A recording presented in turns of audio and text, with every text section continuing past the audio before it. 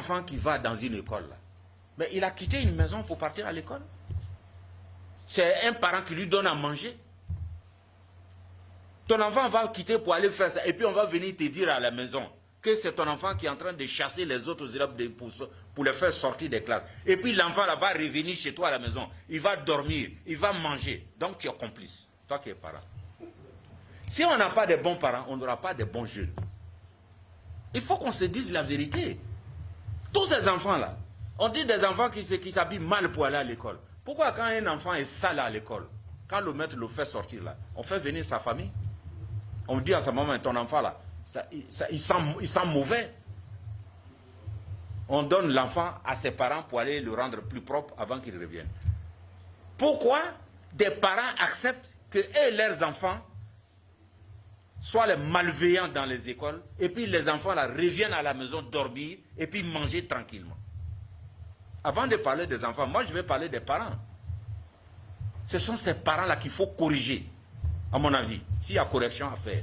Et c'est par là qu'il faut commencer. Parce que si un enfant allait faire sortir les autres et puis on a attrapé son papa ou bien sa maman pour les secouer un peu, les enfants seront obligés de faire attention. Donc, arrêtons souvent d'accuser nos enfants alors que les parents ne jouent pas leur rôle de parents. Nous, quand on était à l'école primaire, tout ça là, on nous effrayait. Si on voulait nous discipliner à la maison, on dit si tu fais ça, je vais le dire à ton maître. Aujourd'hui, ce sont les maîtres que les élèves viennent frapper, surtout des maîtres femmes. Et je le répète, quand il finit de faire ça, on va dire ça à son père et ça ne lui dit rien. Comment vous voulez que les enfants ne continuent pas? Le fond du problème, il est là, à mon avis. Le fond du problème, il est là. Chacun de nous ici, quand on va dire que c'est ton enfant qui est allé chasser les autres, qui a blessé les autres, qu'est-ce que toi tu dois faire à ton enfant? Qu'est-ce que tu dois lui dire? Quelle correction tu dois lui donner? Si chacun s'occupe de ça à la maison, qu'il y a donc une collaboration dans l'éducation des enfants entre la famille et l'école, parce que c'est cela, c'est de cela qu'il s'agit. Il ne faut pas qu'on amène les enfants à l'école pour s'en débarrasser.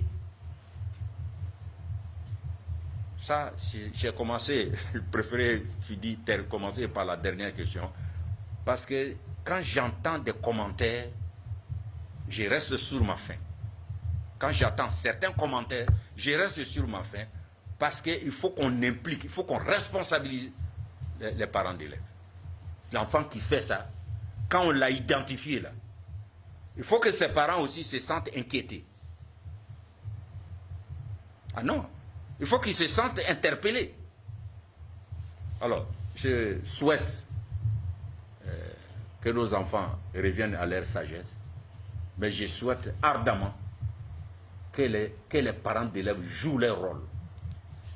Moi, personnellement, je ne peux pas autoriser mon enfant à aller faire le désordre à l'école et puis venir se coucher, manger chez moi tranquillement, comme s'il n'a rien fait. Moi, personnellement, Cheikh Ousmane Diakité, je ne peux pas accepter ça. Et mon enfant sait que s'il va faire ce genre de choses-là, ce n'est pas chez moi, il va retourner pour aller manger et se coucher tranquillement. Mon enfant sait ça. Mais il faut qu'on se remette en cause. En tout cas, merci de me donner l'occasion de dire ces choses qui sont des idées, des points de vue personnels. Que Dieu nous bénisse.